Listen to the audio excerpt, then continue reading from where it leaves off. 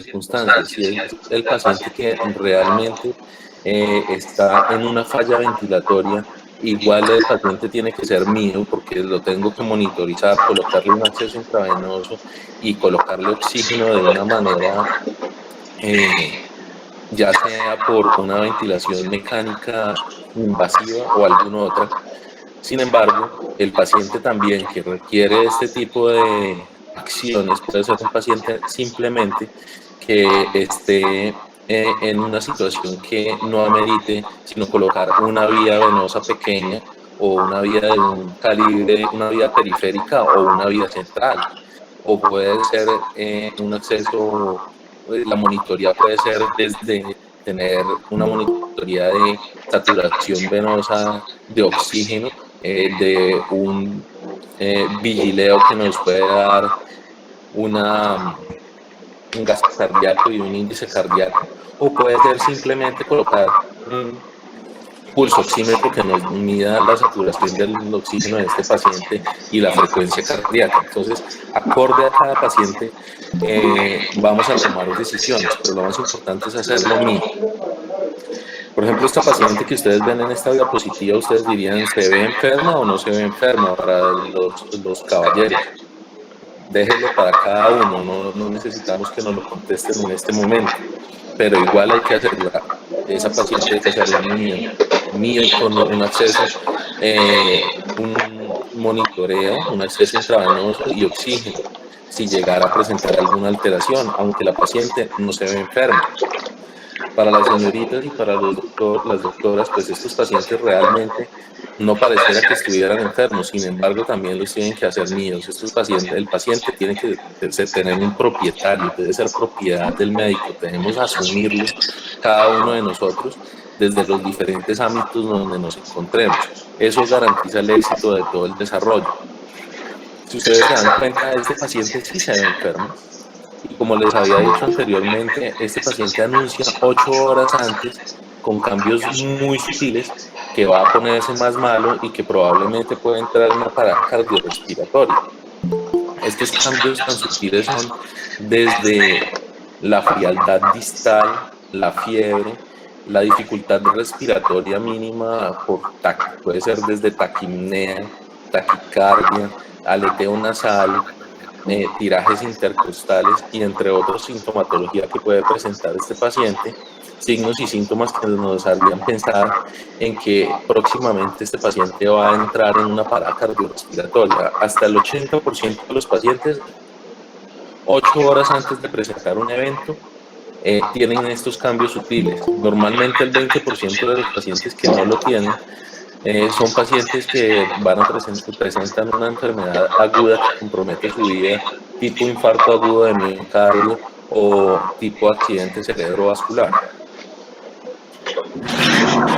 Igualmente tiene que hacerse mío con una monitoría, una intravenosa de oxígeno, probablemente no como los otros que tenían simplemente una vena periférica y un oxígeno local.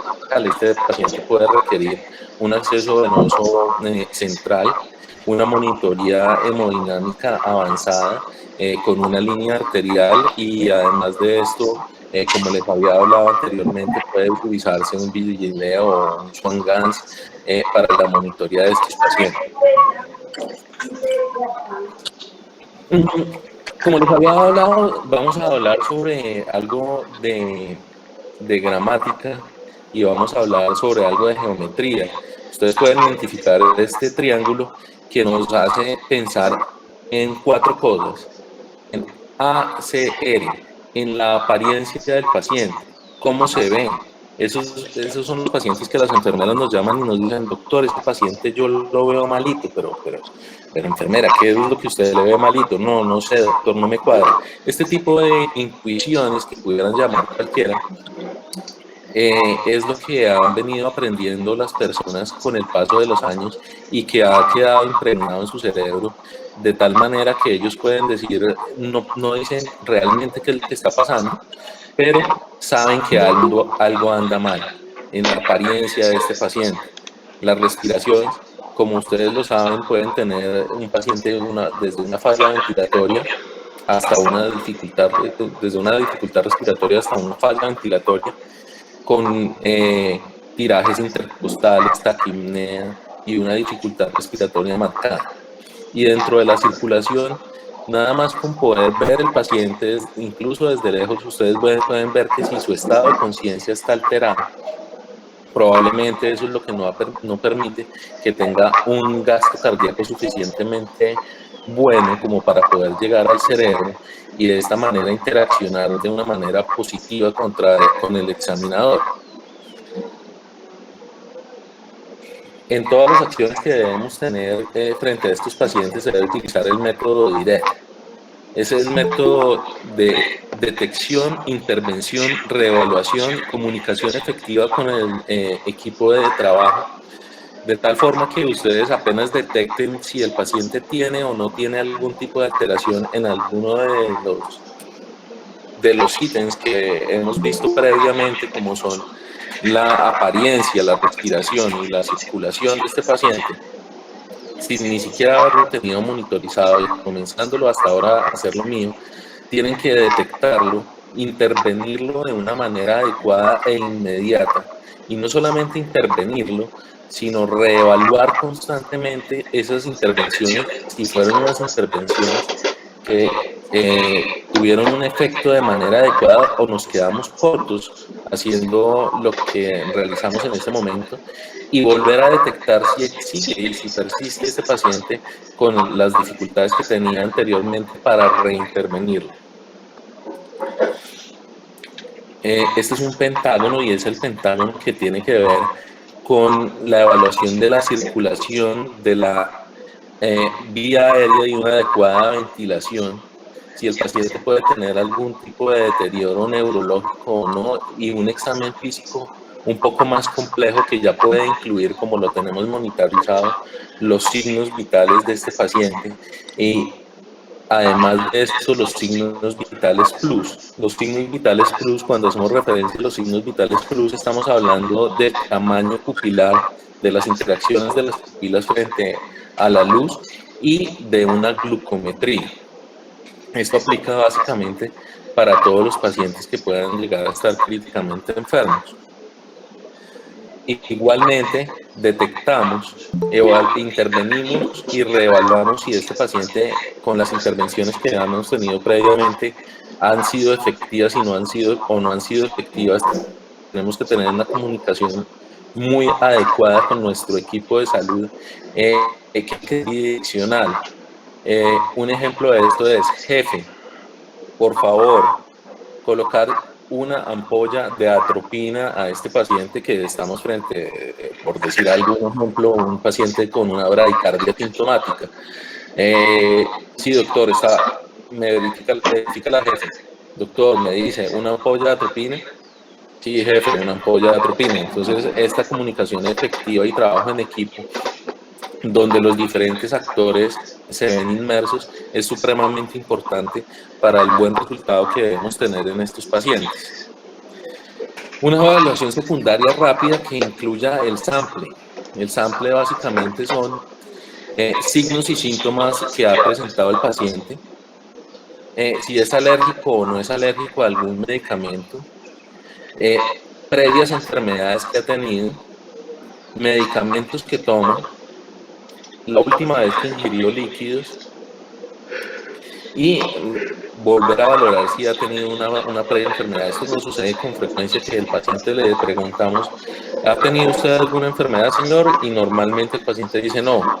Pero cuando nosotros nos referimos, ¿y qué medicamentos toma? No, pues a mí me dan inhaladores para el pulmón, a mí me dan también medicamentos, la torvastatina esta, el losartán, la aspirina. Entonces ahí identificamos nuevamente que el paciente realmente tiene unas previas enfermedades que pueden condicionar las decisiones que vamos tomando con estos pacientes.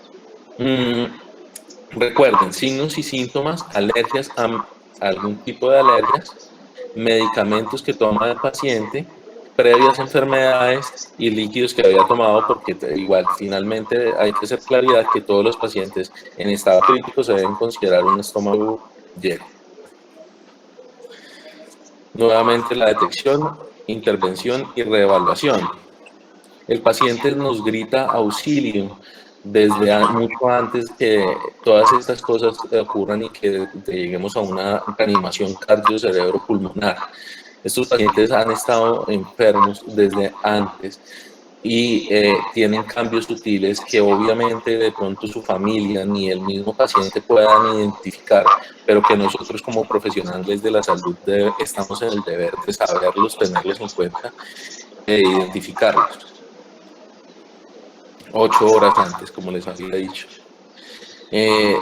Esta es la evaluación del paciente críticamente enfermo, pero lo más importante de la evaluación del paciente críticamente enfermo es esto. Vamos a colocar un poco más de volumen.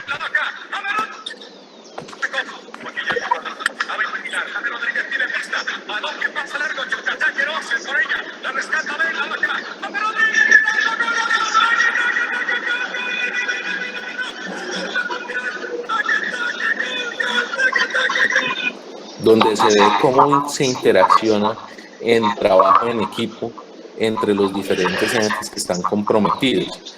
Pero acá viene la parte de las matemáticas. Podemos tener habilidades.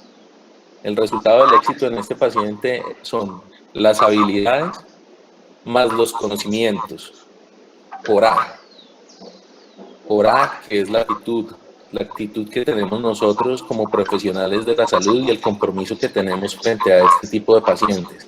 Podemos tener un 1 en habilidades, podemos tener un 1 en conocimientos, nos suma 2, pero si lo multiplicamos así sea por un 5 de actitud que tengamos frente a ellos, nos podemos convertir en unos cracks y ser un 10 como el que habíamos visto anteriormente.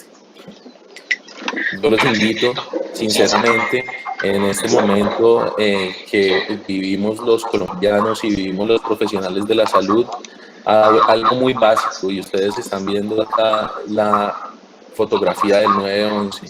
Si ustedes recuerdan este episodio trágico para la humanidad, se pueden dar cuenta que gran parte de los heridos que se presentaron en esta oportunidad fueron realmente los profesionales de la salud y los profesionales de atención prehospitalaria que intentaron ayudar al resto de personas. Y no solamente por intentar ayudarlos, sino se equivocaron en un principio básico que tenemos que tener en cuenta en el paciente críticamente enfermo y en todos nuestros pacientes. Y es el hecho de un principio básico de la Asociación Americana del Corazón y de la Asociación Americana de Cuidado Crítico. Es no crear una segunda víctima. Tenemos que protegernos, tenemos que estar preparados y tenemos que hacer las cosas con precaución, porque no podamos crear una segunda víctima. Y hablando de esto, les cuento que en el equipo que estamos con el equipo que estamos trabajando en este momento, hemos identificado cosas bastante importantes en materia de investigación con el COVID y son cosas muy sencillas pero representativas. Una de esas es que realmente los vectores que estábamos teniendo en primera instancia por no tener unos adecuados medios para la protección era nuestro personal de salud. Y nuestro personal de salud estaba saliendo de su trabajo, dándolo todo allá, a ser un portador de enfermedad y transmitirla. Muchos de estos totalmente asintomáticos. Y otra de las cosas que hemos podido identificar es que gran parte de esto se soluciona desde una manera digital, con un triage virtual, con un hospital virtual donde nosotros podamos manejar muchos de los pacientes, porque si tenemos en cuenta, más del 80% de los casos de estos pacientes positivos pueden ser manejados en casa y pueden ser manejados sin ni siquiera una intervención médica persona a persona, sino por medios digitales. Muchas gracias. Mil gracias, doctor. ¿Alguno tiene alguna pregunta para que le haga el doctor aprovechando que estamos acá?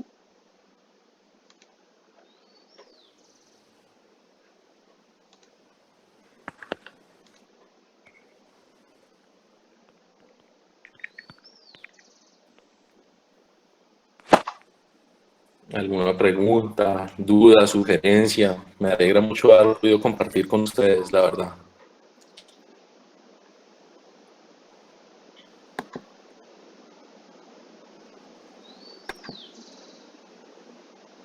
Bueno, si no es más, igual con muchísimo gusto les dejo por este medio mi correo electrónico. Si quisieran tener alguna otra interacción, es J de Javier, A de Armando, O de Ordóñez, R de Rodríguez, M de médico, D de doctor, @yahoo.com. Muchas gracias a Diego Alfonso, a la doctora Erika y a todos los presentes. Mil Un fuerte gracias, abrazo doctor. y mucho ánimo. Listo. Muchas gracias a todos y en una próxima ocasión nos encontraremos.